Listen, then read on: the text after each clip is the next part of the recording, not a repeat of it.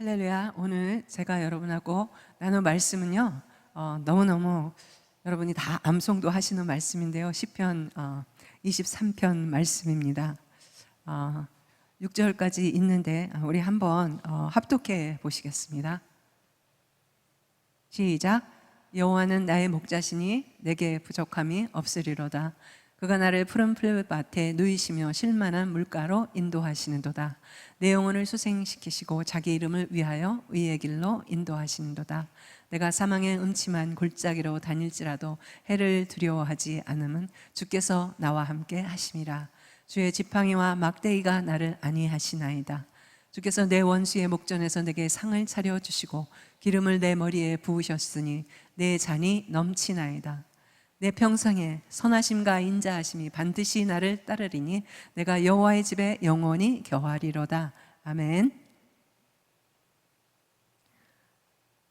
제가 이 메시지를 전하면서 영상을 하나 준비했습니다. 오늘 말씀과 너무 연결이 되는데 좀 여러분이 좀 눈으로 보시면서 은혜를 함께 받았으면 좋겠습니다. 오늘 시편 말씀을 보면 150편이 전체적으로 있는데요. 그중에서 오늘 23편은 세상에서 가장 위대한 신앙시라고 꼽히고 있습니다. 다윗의 인생의 말년에 영광스러운 부분도 너무 많았지만 괴로움도 많았습니다. 이러한 그의 생애를 회상하는 그런 시입니다. 가장 아끼던 아들 압살롬으로부터 쫓기는 아버지 다윗, 그리고 오랜 세월을 함께 했던 친구로부터 또 생명의 위협을 받는 그런 상황 속에서 다윗은 그야말로 인생의 골짜기를 경험하게 됩니다. 아름다운 한편의 시처럼 들리지만 이 고난과 시련 속에서 끝까지 믿음을 지키고 하나님을 의지하는 이 다윗의 기도이고 결단이기도 하고 간증의 시라고 할 수가 있습니다. 그래서 이 시는 어렵고 힘든 자리에 오래 있던 사람들, 또 골방에서 홀로 눈물을 흘리는 사람들에게 큰 위로와 소망을 주는 시이기도 합니다. 1절에 보면 여호와는 나의 목자시다 그랬는데요, 이건 히브리어로 말하면 아도나이 로이라는 그런 단어입니다. 우리 로이 집사님 이름이 생각이 나는데 이름 잘 지신 것 같아요. 아도나이 로이가 뭐냐면 하나님이 나의 목자시라, 로이라는 단어가 목자라는 것입니다. 다윗은 이렇게 하나님의 이름을 시편의 첫머리에 둠으로써 하나님에 대한 그의 절대적인 신앙, 타협할 수 없는 그 신앙을 표현하고 있는 것입니다. 하나님이 나의 목자시다. 어린 시절에 목동이었던 다윗은 목자인 자신과 자기 양과의 관계를 경험한 이후에 하나님과 또한 자기의 관계가 정확하게 목자와 양의 관계 같다는 것을 깨닫게 되었습니다. 그러면 우리가 양에 대해서 좀 몇 가지 특성을 알아보면 좋겠습니다. 먼저 양은요, 방향 감각이 없습니다. 왜냐하면 시력이 굉장히 약해가지고 눈 앞에 것밖에 보이지가 않습니다. 멀리 내다보지 못하니까 방황을 하게 됩니다. 그런데 인간도 마찬가지 아니겠습니까? 사춘기가 되면 엄청 심하게 방황을 하죠. 청년기에 방황하죠. 누구랑 결혼해서 어떻게 행복하게 살까? 또 장년기가 되면은 어떻게 잘 살까 고민하고, 심지어 노년에 이르기까지 뭐를 해야 될지 방황하지 않습니까? 그 다음에 양은 무력하다고 했습니다. 이 말의 뜻은 뭐냐면 방어 장치가 없다라는 거예요. 하다못해 작은 곤충도 자신을 보호하는 방어 장치가 있지만 양은 그게 없습니다.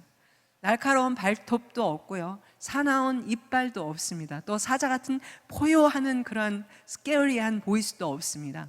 여러분, 양 소리 듣고 도망갈 사람도 도망갈 그 짐승이 있겠습니까? 아니면 사람이 도망가겠습니까? 매 하면 끝인데요. 그 소리 듣고 웃기죠. 예. 그런데 인간도 태어나면서 가만히 보면 특별한 자체 방어 능력이 없다라는 것입니다. 두 번째는 양은 바보 같다는 거예요. 그런데 성경에 보면 인간을 양으로 비유한 것이 200군데 이상이 넘는다는 거죠. 왜 그렇게 많이 언급되었을까? 그것은 우리에게도 이렇게 양과 같은 성향이 있기 때문입니다. 인간과 양이 같다고 했는데 그럼 내가 바보라는 거죠, 결론은. 예. 우리가 바보 같은 그런 행동을 할 때가 있습니다. 때로는 나 혼잣말을 이렇게 합니다. 내가 왜 그런 말을 했지? 내가 왜 그렇게 행동했지? 다시는 그렇게 하지 말아야지. 그렇게 안 할 거야. 그런데 지나고 보면은 또 똑같이 한다는 거예요. 여러분, 웃으시는 분 보면은 동의를 하시는 것 같아요. 뒤돌아보면 그야말로 바보 같은 말을 하죠. 행동을 하죠. 또 결정에도 우리가 후회하지 않습니까? 이렇게 어리석은 실수를 계속 합니다. 그래서 목자가 필요한 것이죠.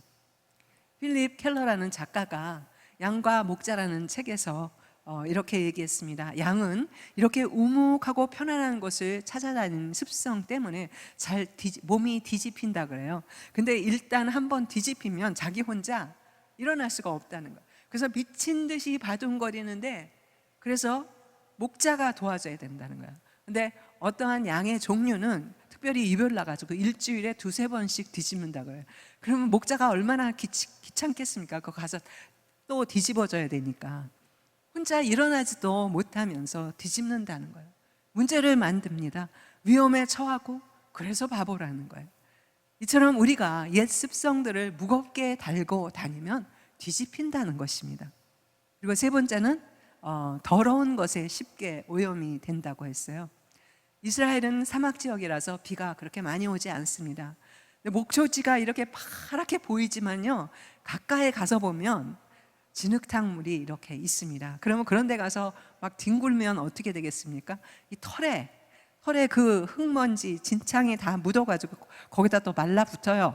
근데 하루만 그런 게 아니고 그게 계속 겹치다 보면 1달, 2달 지나다 보면 멀리서는 이렇게 파란 초장에 이렇게 하얀 양 같죠?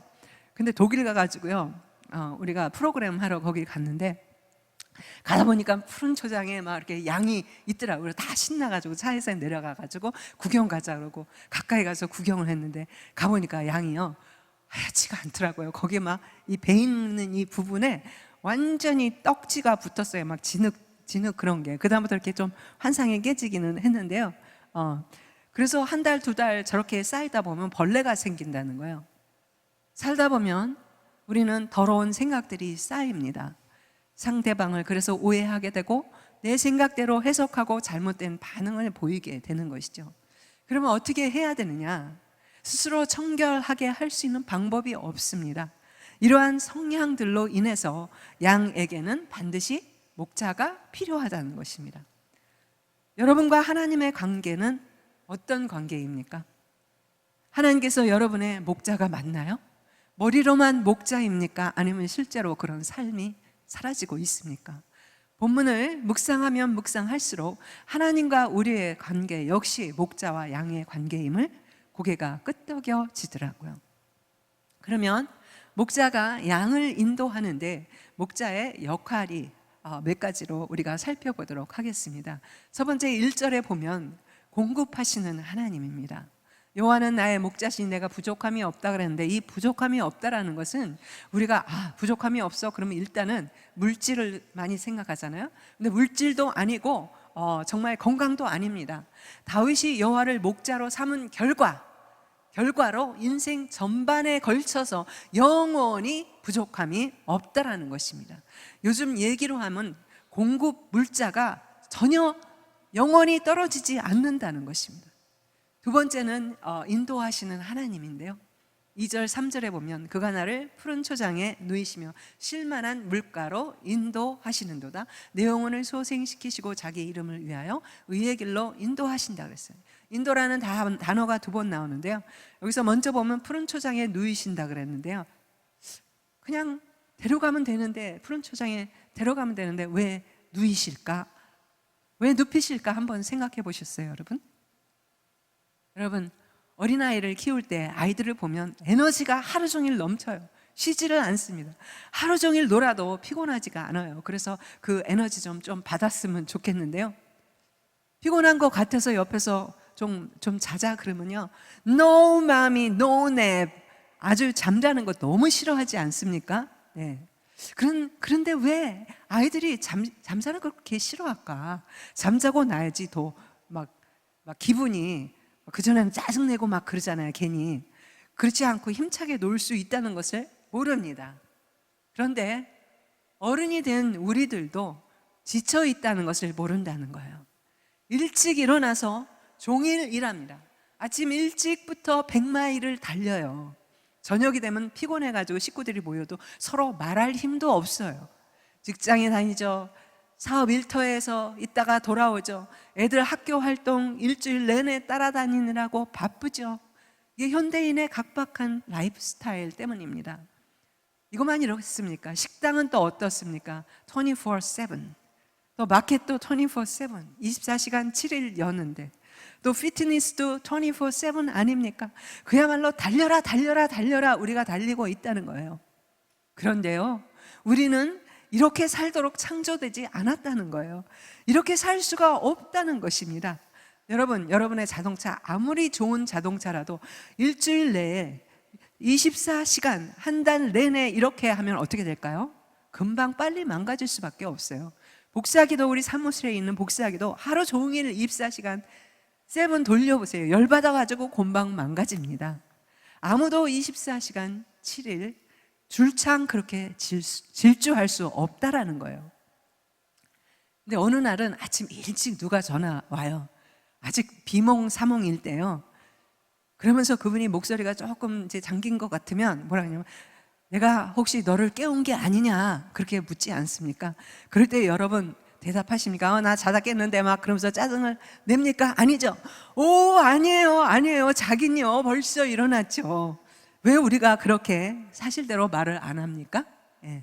그 사람이 내가 아직 자고 있다라는 그 사실을 알리는 게 창피해서 그렇지 않습니까? 우리는 잠도 안 자고 24시간 7일 그렇게 질주하면서 일을 해야 되나요? 시편 127편에 보면 너희가 일찍 일어나고 또 늦게 누우며 수고의 떡을 먹음이 헛되도다 했습니다. 그러므로 여호와께서 그 사랑하시는 자에게 잠을 주셨다고 했습니다. 우리는 하나님이 아니에요.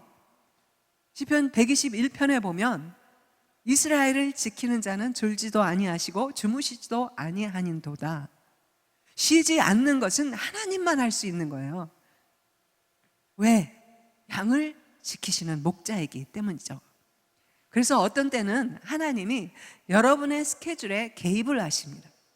만일 여러분이 정말 하나님이 여러분의 목자라면 주님이 어느 순간이든지 여러분의 일상에 개입을 하신다는 것입니다. 왜? 푸른 초장에 눕히시기 위해서 눕히십니다.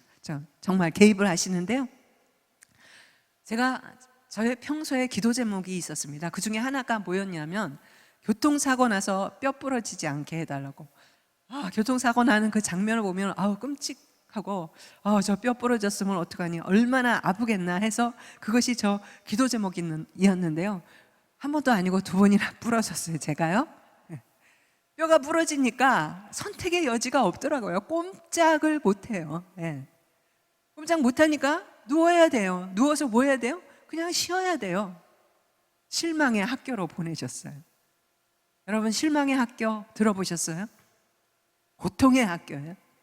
그런데요, 아무도 등록하고 싶어 하지 않아요. 그런데 하나님이 직접 나 대신에 등록을 미리 해놓으셨더라고요. 확실히 눕히시려고, 잠잠히 꼼짝없이 정말 나의 목자가 누구인지 알게 하기 위해서, 침묵을 알게 하기 위해서 그렇게 나를 눕히셨더라고요. 여러분, 사고 나면 사업하시던 분은 사업 손 놓고 누워야 돼요. 인생에 뭐가 중요한지 뒤돌아보면서 생각하게 된다는 것이죠. 그렇게 생각하면서 주님이 눕히셔가지고 결국은 내 영혼을 소생시켜 주신다는 것입니다. 소생시키기 위해서 눕히시는 거예요. 소생하다라는 단어는 되돌아오게 한다는 뜻이에요. 죄악과 어려움 가운데 헤매던 우리 영혼이 제자리로 돌아온다라는 의미입니다. 제자리로 돌아와서 어떻게 하셔요? 의의 길로 인도하신다 그랬어요. 의의 길이 뭐겠습니까? 그렇게 형통의 길로 인도하신다는 것입니다. 세 번째, 4절에 보면 사망의 음침한 골짜기를 다닐지라도 해를 두려워하지 않을 것은, 뭔가 이렇게 분위기가 싸해지면서 음산해지지 않습니까? 그런데 주께서 나와 함께 하심으로 주의 지팡이와 막대기가 나를 안위한다 그랬어요. 안위한다라는 단어가 뭘까요? 위로한다는 말입니다. 이 목자는 목장에서 양을 기르다가 여름이 되면 이 풀이 마르고 그러면은 정말 그 양떼들이 먹이가 없기 때문에 목초지를 찾아서 산 꼭대기로 올라갑니다. 양을 이동시키는데요. 이때 올라가려면 골짜기를 통과해야 돼요. 골짜기는 위험하고요. 산사태가 날 수도 있고 맹수가 공격할 숨어있다 가능성이 그런 많다는 거예요. 그러나 골짜기만 통과하면 풍성하고 그 신선한 목초지를 찾을 수 있기 때문에 골짜기를 지난다는 것이죠. 그런데 목자가 양을 인도할 때 짐을 최소한 간단하게 가지고 간다 그래요. 힘드니까. 근데 반드시 잊어버리지 않고 챙기는 것이 있는데 그게 뭐냐면 막대기와 지팡이입니다. 그래서 성경을 많이 읽으면서 뭐 이 구절을 암송도 하지만 막대기는 뭐고 지팡이는 뭔가 두 개 다 비슷한 거 아닌데 왜 이렇게 막대기 지팡이 했을까? 근데 차이점이 있더라고요. 이 막대기와 지팡이는 뭐로 만드냐 하면 올리브 나무에서 만드는데요. 올리브 나무 몸통에서 난 그 가지로 막대기를 만듭니다. 그래서 막대기는 좀 작고요, 짧고 그리고 고다요. 나무 자체가 고다. 몸통에서 나서 그런지. 그런데 뿌리에서 난 가지로 만드는 것이 바로 지팡이입니다. 그런데 여러분 모세 영화 보면 모세가 가지고 다니는 그 지팡이 있죠. 굉장히 길고 더 길고 또 끝이 이렇게 구부러져 있죠. 그 뿌리로 만들어서 그렇습니다. 근데 용도가 다 달라요. 용도가. 막대기의 용도는 첫 번째로 뭐냐면 악한 짐승이 나타날 때 던져서 양들을 동물로부터 지키거나 양떼가 한눈을 팔거나 스스로 위험에 빠질 때 다시 무리로 돌아오게 이렇게 몰아가는 용도로 막대기를 사용합니다. 두 번째 용도는 양을 징계할 때 쓰이는데요. 계속 뒤집을 때, 계속 말을 안 들고 딴 데로 갈 때 이제 징계를 하지 않습니까? 양이 혼자 무리에서 벗어나고 곁길로 가거나 또 독초를 먹으려고 할 때 그 막대기는 정확히 그 앞에 날아가서 던지는 거죠. 짧으니까 탁 던지면 날아가서 양 앞에 꽂힐 때 이제 양이 혼비백산하면서 정신을 차리고 무리에게 돌아오는 것이죠. 그러면 주님은 어떻게 우리를 인도할까?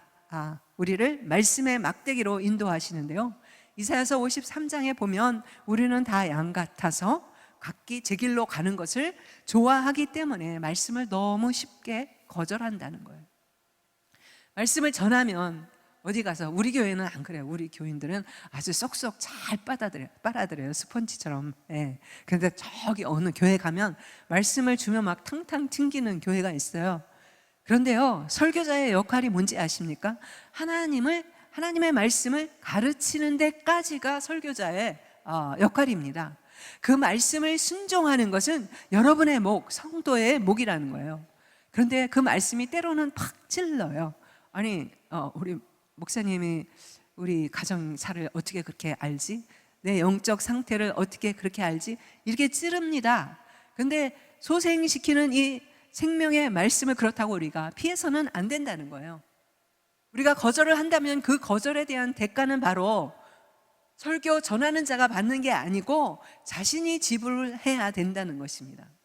목자는 그래서 양의 털이 길어질 때 잘라야 되겠구나, 벌레가 생길 때 양의 상태를 파악하듯이 하나님께서도 우리의 내면을 샅샅이 살피시고 계신다는 것입니다. 그래서 원인을 찾아내서 말씀으로 회복을 시키신다는 것입니다. 어려운 상황에 우리가 처할 때 가장 먼저 떠올려야 할 것이 뭐냐 하면 사람이 아니에요. 하나님의 말씀이 떠올려야 되는 것이죠.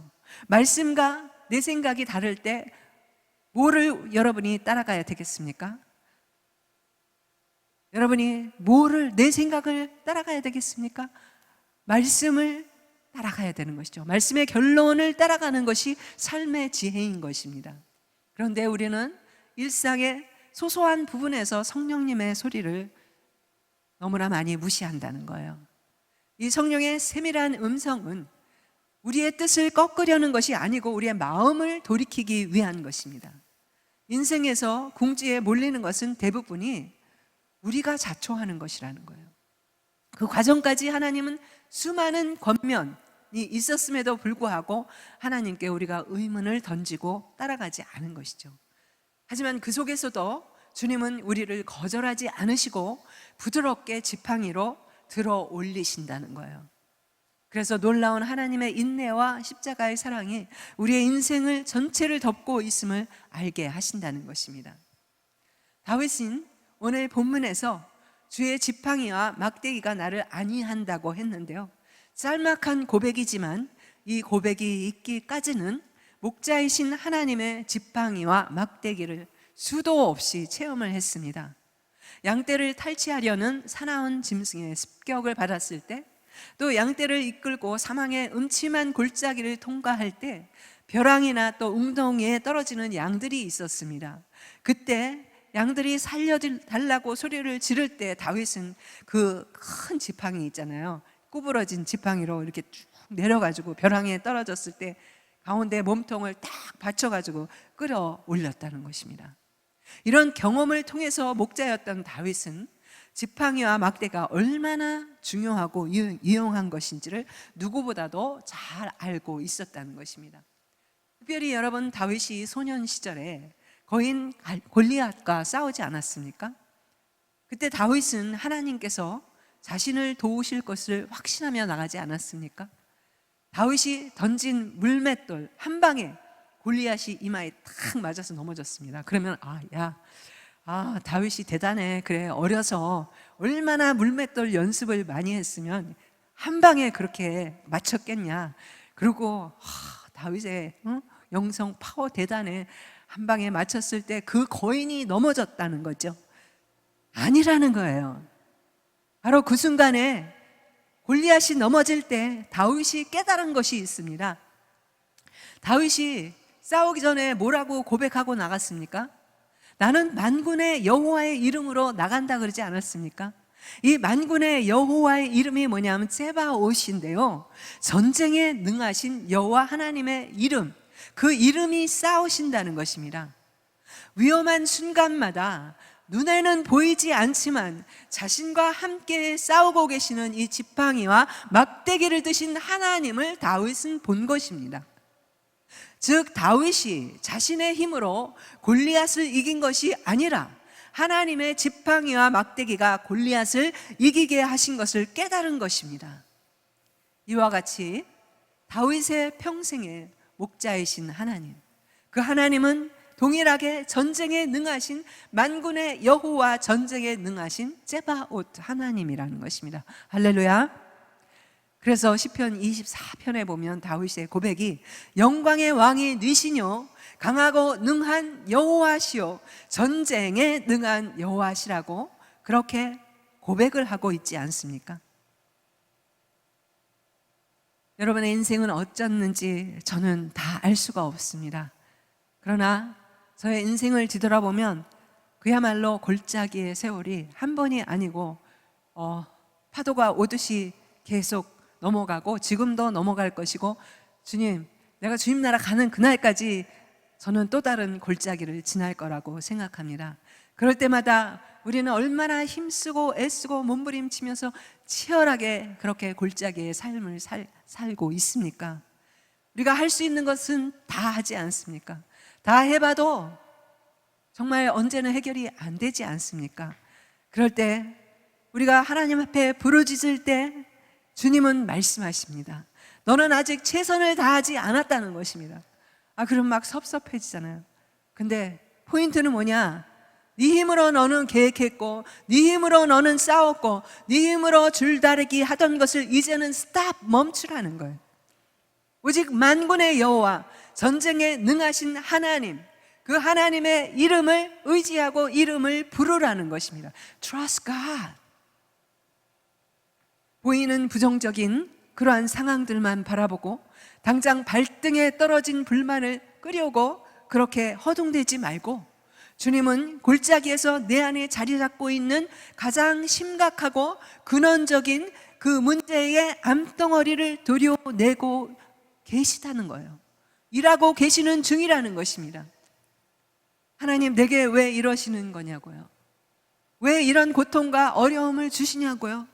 하나님의 깊은 뜻을 헤아리지 못하면 불평할 수밖에 없다는 것입니다. 그럼에도 불구하고 하나님께서는 우리를 품어주시고 인도해 주시는 나의 선한 목자가 되신다는 것입니다.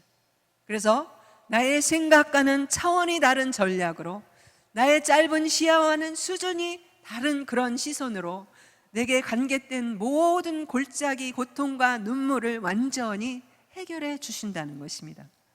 잠언 21장에 보면 지혜로도 우리의 명철로도 모략으로도 여호와를 당치 못한다고 그랬습니다. 싸울 날을 위해서 우리가 마병을 예비하지만 그 이김은 여호와께 있다고 그랬습니다. 나에게 있는 게 아니라는 것입니다. 여러분, 우리가 생각 많이 하시는 분 있잖아요. 그래가지고 약 먹고 머리 아프다고 골지 지끈지끈 하는데요, 생각을 많이 한다는 것은 내가 싸우고 있다는 거예요. 기도를 많이 하면 누가 싸워요? 하나님이 싸우신다는 것입니다. 우리가 하나님께 올려드릴 수 있는 가장 위대한 선택은 하나님의 이름을 부르는 것입니다. 여호와께 나아가 기도하며, 기도가 뭐겠습니까? 주님의 이름을 부르는 것이 아니겠습니까?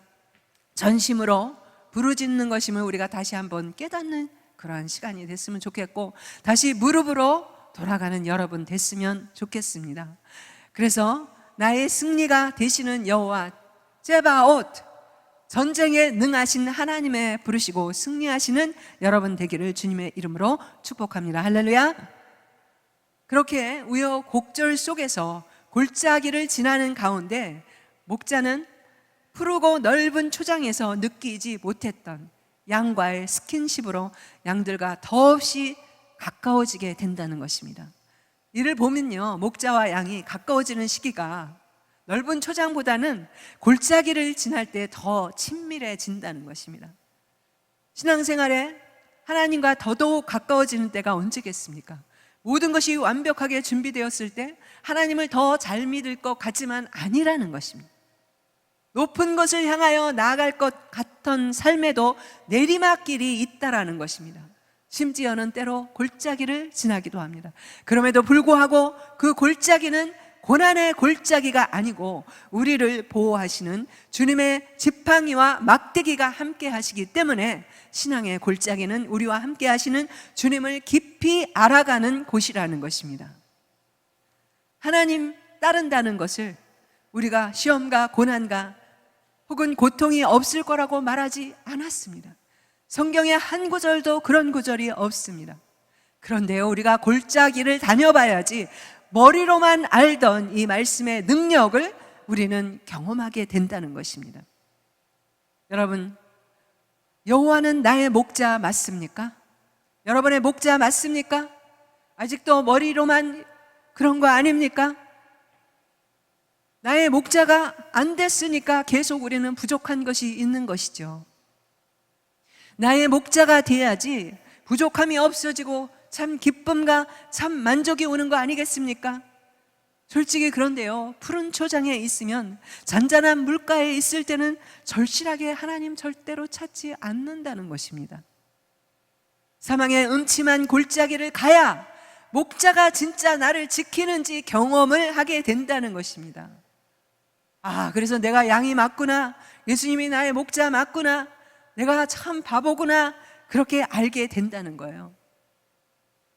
양은요, 목자 없이 할 수 있는 게 아무것도 없습니다. 사망의 골짜기에 있을 때 예수님이 잃어버린 양을 찾아오신다는 것입니다. 푸른 초장에 있을 때는요, 자기들끼리 알아서 잘 살아요. 잘 먹고 잘 놀아요. 필요가 없어요. 잠언 21장에 보면 우리의 지혜로도 명철로도 모략으로도 여호와를 당치 못한다 그랬어요. 싸울 날을 위해서 우리가 마병을 예비하지만 이 이김은 여호와께 있다고 그러지 않았습니까? 네. 그래서 우리가 골짜기의 은혜가 더 있음을 마음판에 새기셨으면 좋겠습니다. 그런데 여기서 우리가 주목해야 할 것이 뭐냐면, 지팡이와 막대기가 다윗을 안위한다고 했잖아요. 여기서 안위라는 단어는 원어로 나함이라는 단어인데요, 위로하신다는 말씀입니다. 다윗은 힘들고 어려울 때면 목자이신 하나님의 이 지팡이와 막대기를 떠올렸어요. 그때마다 그는 정말로 큰 위로를 받았습니다. 내가 할 수 있는 것이 별로 없습니까? 여러분이 다 해봐도 이제 어떠한 방법도 없습니까? 바로 그때가 위로하시는 주님을 만날 때라는 것을 믿으시기 바랍니다.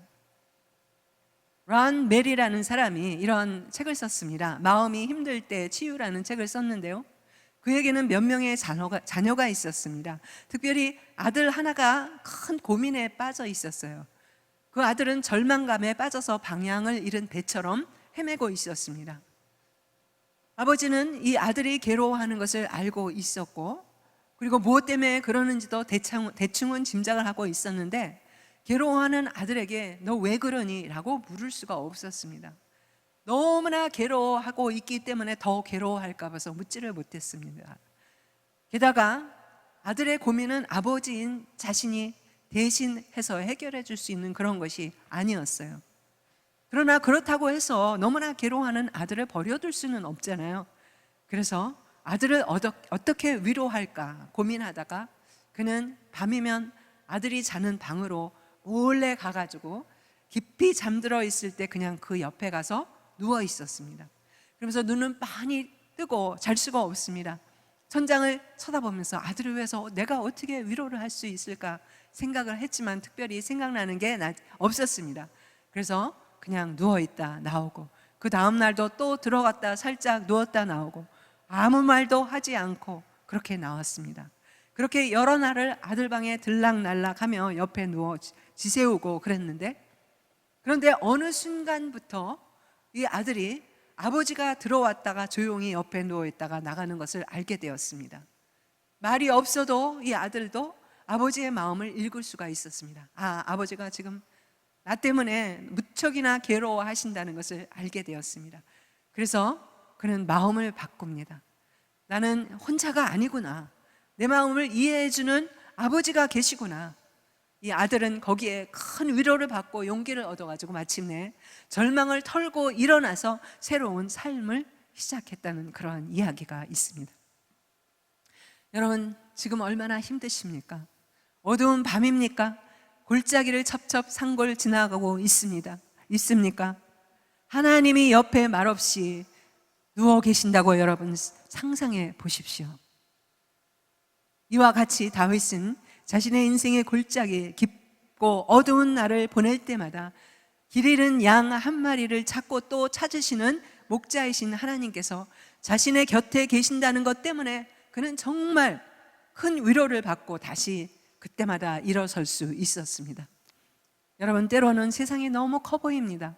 사람의 공격이 너무나 강해 보입니다. 숨이 끊어질 것 같은 순간도 있지만 그때마다 주의 지팡이와 막대기가 우리를 위로하고 있다는 것을 믿으시기 바랍니다. 아멘. 여기까지가 목자의 역할입니다. 그러면 목자의 인도함을 받으려면 양은 따라가야 되지 않겠습니까? 양의 역할이 뭘까요? 목자는 자기가 돌보는 양들의 이름뿐만 아니고 저마다의 특징을 알기 때문에 눈을 감고도 머리에 손만 얹으면 그 양이 자기 양인지 아닌지 그 양의 이름도 다 맞출 수 있다는 거예요. 그런데 양도 마찬가지로 자기 목자가 누구인지 안다는 것입니다. 특히 양은 목자의 음성을 정확하게 기억하고 분별을 한다는 거예요.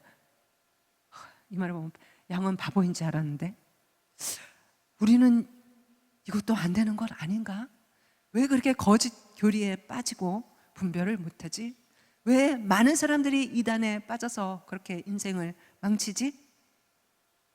우리가 양보다는 나야 되지 않겠습니까? 아멘. 이스라엘은 사막지대에 물이 많지 않습니다. 양떼를 먹이기 위해서 물가를 찾아가면 이미 다른 목동들이 자기 양을 데리고 와서 물을 먹이고 있습니다. 그럼 어떻게 되겠습니까? 두 그룹의 양이 섞이게 되겠죠. 예. 그러면 떠날 때 어떻게 될까요? 내 양이 어떤 양인지 어떻게 알겠습니까? 그 시대에는 꼬리표도 없어요. 요즘 이렇게 꼬리표 해주지 않습니까? 그 수많은 양을 어떻게 일일이 확인할 수가 있겠습니까? 근데 그때 목자들은 단순히 자기의 양을 부른다는 것입니다. 그런데 제가 되게 궁금해요.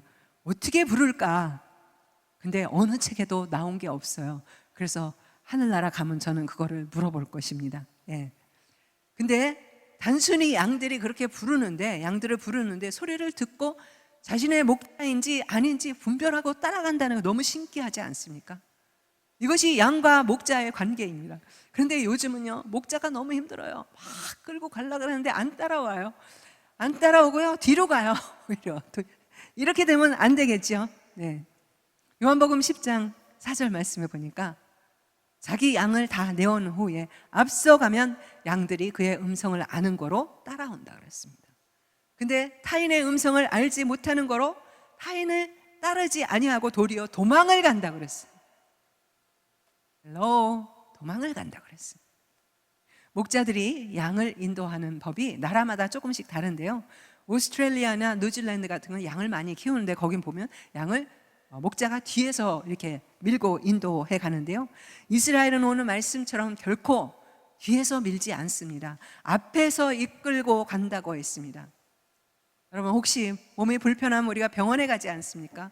아파서 의사를 만나면 뭐라 그래요? 이게 바이러스성 아주 심한 병이네요. 일주일 항생제 정말 드셔야 되겠어요. 약 먹으라 그러죠. 이 문제는 더 심각하네요. 뭐가 염증이 심하네요. 한 달이 걸리겠습니다. 그리고 약을 처방받아가지고 오죠. 그리고 뼈가 재생되려면 적어도 3달은 걸리고요, 완전히 완치되려면 1년이 걸립니다. 그 순간부터 우리는 어떡합니까? 염려하고 근심하지 않습니까? 약을 받아다 놓고도 먹으면서도 빨리 안 나면 어떡하지? 한숨을 푹푹 쉬지 않습니까? 여러분, 오늘 말씀에 뭐라 그랬습니까? 양을 다 내놓은 후에 앞서가면, 여러분 10일간 걱정하십니까? 주님은 10일 앞서가 계신다는 것입니다. 한 달 걱정하고 계십니까? 주님은 여러분보다 한 달 앞에 이미 가 계신다는 것입니다. 이 시간과 날과 달, 그분이 다 만드신 게 아닙니까? 그분의 능력으로 우리의 앞과 우리 뒤와 우리 양옆과 머리 위 모든 길을 그분이 창조하셨습니다. 그분이 모든 것을 만드셨기 때문에 어떠한 방향으로든 다 커버가 된다는 것입니다. 여러분, 1년 뒤가 걱정되십니까? 1년 뒤에 이미 가 계신다는 것입니다. 일평생 걱정하고 계십니까? 앞서가 계십니다. 문제 해결책을 이미 다 갖고 계시다는 것입니다. 그런데 그럼 왜 어떤 경우에는 병이 안 날까요? 왜 병이 낫는 것보다도 더 중요한 게 있기 때문이죠. 문제가 해결되는 것보다 더 중요한 것은 우리의 마음을 새롭게 바꾸기 위해서 일하시는 중이라는 것입니다. 공사 중이에요. 크고 비밀한 것을 준비하고 계시다는 것입니다. 그래서 여러분, 이제는 기도를 좀 바꾸세요. 뭐 작은 거 이거 해주세요, 이거 해주세요 다 그러지 말고요, 하나님 한 방에 우리가 기도할 때 하나님 capture my heart, 시도 때도 없이 요동치는 나의 마음을 사로잡아 주세요. 사로잡아 주세요. 그렇게 기도를 하라는 거예요. 고통스러워도 골짜기를 통과하는 것이 중요합니다. 왜냐? 우리가 그 골짜기를 통과해야지 이 아픔이 간증이 되고요, 부끄러움이 찬양이 될 수 있고요, 실패가 은혜가 되는 것입니다. 어쩔 수 없이 우리가 사망의 골짜기에 설 수밖에 없는 그 순간일지라도 은혜의 골짜기로 바꾸어 주시는 이 하나님의 음성을 듣고 우리가 따라가야 된다는 것입니다. 아멘. 인생의 여정에서 반드시 우리가 만날 수밖에 없는 이 사망의 음침한 골짜기. 그런데 그 골짜기가요, 암울하고 소망이 없는 그런 곳만은 아니더라고요. 이 골짜기의 축복은 옥문이 열리는 기적의 역사가 있다는 것입니다. 현대를 살아가는 우리 성도들에게는 때로는 문제의 골짜기가 있습니다. 질병의 골짜기가 있습니다. 경제난의 골짜기가 있습니다. 사업의 골짜기가 있습니다. 우울증의 골짜기 등이 우리를 가두어 놓을 때가 많습니다. 그런데요, 골짜기는요, 말씀을 신뢰하는 것입니다. 기적은 불가능한 이런 상황의 문제가 아니라는 것입니다. 이 말씀에 대한 신뢰의 문제인 것입니다. 말씀을 우리가 신뢰할 때 기적의 역사는 당연히 일어날 수밖에 없는 것이 하나님의 법칙인 것입니다. 이 하나님에 대한 신뢰는 곧 하나님의 말씀에 대한 신뢰인 것이고요. 또한 말씀에 대한 신뢰가 결국은 승리의 지름길인 것입니다. 말씀이 살 길이고요. 말씀이 회복의 능력인 것을 믿으시기 바랍니다. 아멘. 그래서 골짜기의 축복은요, 목자의 음성을 듣고 따라가는 행동하는 신앙인의 열매인 것입니다. 알고 보면요, 골짜기가 물이 더 많아요. 여러분 산 보셨어요? 요즘 산 보면 비 많이 와가지고 하얗게 눈이 쌓이지 않았습니까? 골짜기에는 눈이 더 많이 쌓여요. 봄이 되면 그 눈들이 녹는데요, 어디로 그 물이 다 모여서 내려오겠습니까? 골짜기 계곡마다 물이 철철철철 막 폭포수처럼 흘러내리지 않습니까? 물이 더 많다는 거예요. 거기서 잘 견디면. 근데 끝까지 견디지를 못해요, 우리가. 네. 그래서 거기에는 더 많은 생물이 모이고요, 나무도 울창하고요, 더 풍성합니다. 하나님께서 우리의 이 위기의 삶의 현장을 축복의 골짜기로 반드시 바꾸어 놓으실 것입니다. 아멘. 그래서 모든 기적의 원천은 하나님 말씀에 대한 우리가 얼마나 신뢰했느냐, 거기에 대한 열매인 것이죠. 모든 축복은 바로 말씀을 행동으로 정말 실행하는 그러한 사람들의 것입니다. 아멘. 행동하는 결단은 이 골짜기의 기적을 이루게 될 것을 믿으시기 바랍니다. 아멘. 그런 자의 고백이 바로 5절의 말씀입니다. 내 잔이 넘치나이다. 승리하게 하시는 하나님. 잔이 넘치면 어떻게 됩니까? 먼저 내 잔이 가득 채워져요. 그러면 넘칠 때 그 넘침은 어디로 가겠습니까? 나로 인한 이 복이 넘쳐가지고 이웃에게, 우리 가족에, 또 교회에, 또 우리가 아는 모든 사람에게 채워지지 않겠습니까? 그리고 마지막 6절, 그 평생 선하심과 인자하심, 평생, lifetime, all year life. 예. 정녕 나를 따르니 내가 여호와의 영원히 거한다고 했습니다. 그런데 여기 영원히 그러면 사람들은 우리가 천국 가고 나면 그때 영원히 시작하지, 그렇게 생각하지만 죽은 다음부터라고 시작된다고 생각하지만 아니라는 거예요. 예수 믿는 그 순간부터 이 영혼은, 우리의 영혼은 이미 시작이 되었다라는 것입니다. 우리는 영혼 안에 지금 살고 있는 것입니다. 아멘. 그런데 인생이 왜 고통스러우냐? 사실은 정말 풀리지 않는 숙제예요. 골짜기를 피하려는 이유는 고통스럽기 때문이죠. 근데 고난은 성장을 위해서 반드시 필요한 코스입니다. 근데 자꾸 고난을 피하려고만 해요. 여러분, 선한 목자 예수는 먼저 고난에 뛰어들어서 우리에게 생명을 주셨습니다. 그리스도가 엄청난 고난을 통과하신 이유는 바로 앞으로 여러분과 저가 닥칠 고난을 이해할 수 있도록 하기 위해서 주님이 먼저 스스로 짊어지신 것입니다. 고난 앞에 이미 다 계신 것입니다. 다 가 계신 거예요. 십자가의 고난의 의미를 우리가 진정으로 안다면 어떠한 고난이 닥쳐도 우리는 소망 가운데 두렵지 않을 수 있다는 거예요. 그런데 요즘 세대를 피리를 불어도 춤추지 않는 세대라고 했습니다. 하나님의 말씀에 대한, 하나님에 대한 감각이 무감각해요. 반응도 무반응입니다. 아무리 센 말씀을 해도 다 튕겨나갑니다. 그런데요, 골짜기를 가봐야지 푸른 초장의 가치를 알고요, 잔잔한 물가가 얼마나 좋았던 것인지 더 깊이를 알고 감사할 수 있다는 거예요. 예수님이 그 고통의 클라이막스까지 갔기 때문에, 클라이막스가 어디겠습니까? 바로 십자가 아니겠습니까? 십자가는 고통의 상징이 아닙니까? 그 고난이 우리 인생 문제를 해결했다는 거죠.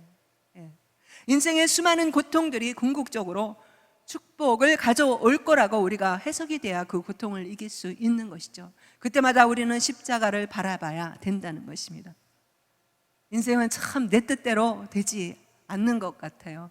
계속되는 실패와 끝없이 추락하는 것 같은 현실 앞에서 마치 늪에 빠진 것처럼 헤어나지 못할 때가 있습니다. 생각이 꼬리를 물어 이대로 가다가 인생이 끝날 것만 같은 그런 생각이 들기도 합니다. 그러나 바로 그곳에, 그때에 여러분과 함께 주님이 누워 계시다는 것을 믿으시기 바랍니다. 아멘. 이 골짜기의 시간을 통해서 깨닫는 것은 나를 무너뜨릴 수 있는 것은 남편도 아니고 그 누구도 아닌, 자식도 아닌 나 자신뿐이라는 것을 알게 됩니다. 정말 나를 힘들게 하는 것은 이러한 힘든 상황이 아니라 그 상황을 바라보는 나 자신이라는 것입니다. 고통의 골짜기에서 헤매다가 끝날지도 모른다는 그 두려움 그 자체가 나를 더 힘들게 하고 주눅 들게 한다는 거죠. 결국 중요한 것은 상황의 골짜기가 아니라 내 마음입니다. 골짜기를 지나야 그래서 진짜 나를 알 수 있고 내가 보이는 것이죠. 그래서 전보다 우리가 성숙할 수 있는 것이죠. 양은 방어체제가 없다고 했습니다. 예수님이 우리의 방어체제입니다. 양은 그래서 그냥 산을 목자가 올라갈 때 오르면 되는 거고요, 골짜기를 정말 내려가면 따라가면 되는 것이고요, 그렇게 가다 보면 승리가 있는 것이고 하나님의 영광을 경험하게 된다는 것입니다. 여러분, 깊은 골짜기일수록 더 많은 셈이 있습니다. 이 말은 뭐냐면 축복과 은혜의 골짜기가 된다는 것입니다. 그렇습니다. 누구나 골짜기를 지나가야 합니다. 그런데 골짜기에서 하나님의 은혜를 우리는 발견하게 되고요, 골짜기에서만 배울 수 있는 것이 있습니다. 그래서 골짜기는 축복인 것입니다. 한 번도 가보지 않았기 때문에 두렵고 떨린다고요? 그렇기 때문에 더욱 목자를 따라가지 않으면 어렵다는 것입니다. 여러분, 새는요, 새는요 풀물 속에 들어가야지 더 강해진다고 했어요. 연단을 대하지 마. 불 속에 들어가서 녹았다 식였다. 그런데 인간은요, 우리는 골짜기를 통해야 성숙해진다는 것입니다. 골짜기의 고난은 눈물이 되고 또 기도가 되고 은혜와 축복이 되는 것입니다. 오늘도 골짜기에서 죄와 고백이, 회개가 터져 나온다면, 칠흑 같은 이러한 어둠 속에서 눈물의 감사와 찬양이 터져 나온다면, 시편 기자처럼 우리도 고난 당하는 것이 내게 유익이라고 고백할 수 있지 않을까요, 여러분? 끝없이 골짜기를 통과하며 깨닫는 것은, 지금 지나는 이 골짜기는 아무도 모르는 그런 낯선 길이 아니고 주님이 이미 앞서가며 발자국을 남기신 골짜기임을 알게 되고, 나만 알고 나만 겪는 고통과 고민이 아니라 하나님이 허락하신 고난이기 때문에 주님은 나를 외면하지 않으시고 앞서 가셔서 지켜보고 계시구나, 거기에는 곳곳에 감추어진 셈들이 있구나, 그래서 불평할 수도 없고 원망할 수도 없고, 왜냐하면 내가 가는 이 길이 두려움의 골짜기가 아니라 축복의 골짜기고 은혜의 골짜기고 승리의 골짜기가 될 것이기 때문인 것이죠. 우리의 인생의 마지막, 다윗처럼 내 평생의 선하심과 인자하심이 정녕 나를 따르리니 내가 여호와의 집에 영원히 살리로다, 이 고백이 되기를 주님의 이름으로 축복합니다. 아멘.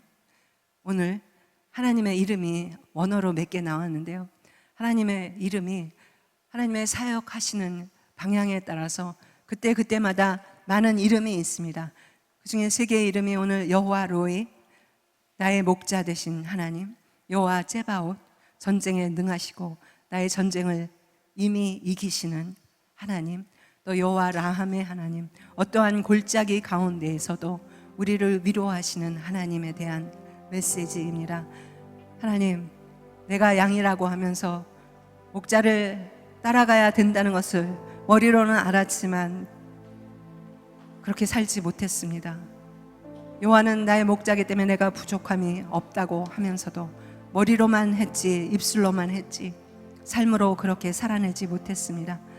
하나님, 오늘 말씀을 듣고 골짜기의 세월이 언제 끝날지 모르지만 그 가운데에서도 우리를 이기게 하시고 선한 목자처럼 우리를 인도하시고 위로하시는 주님을 다시 마음판에 새기기를 원합니다. 하나님, 주님, 우리가 말씀으로 돌아가게 하시고 말씀을 믿음으로 인해서 말씀의 파워로 골짜기를 능히 이기게 도와주고 주님의 십자가 붙잡게 하여 주시옵소서.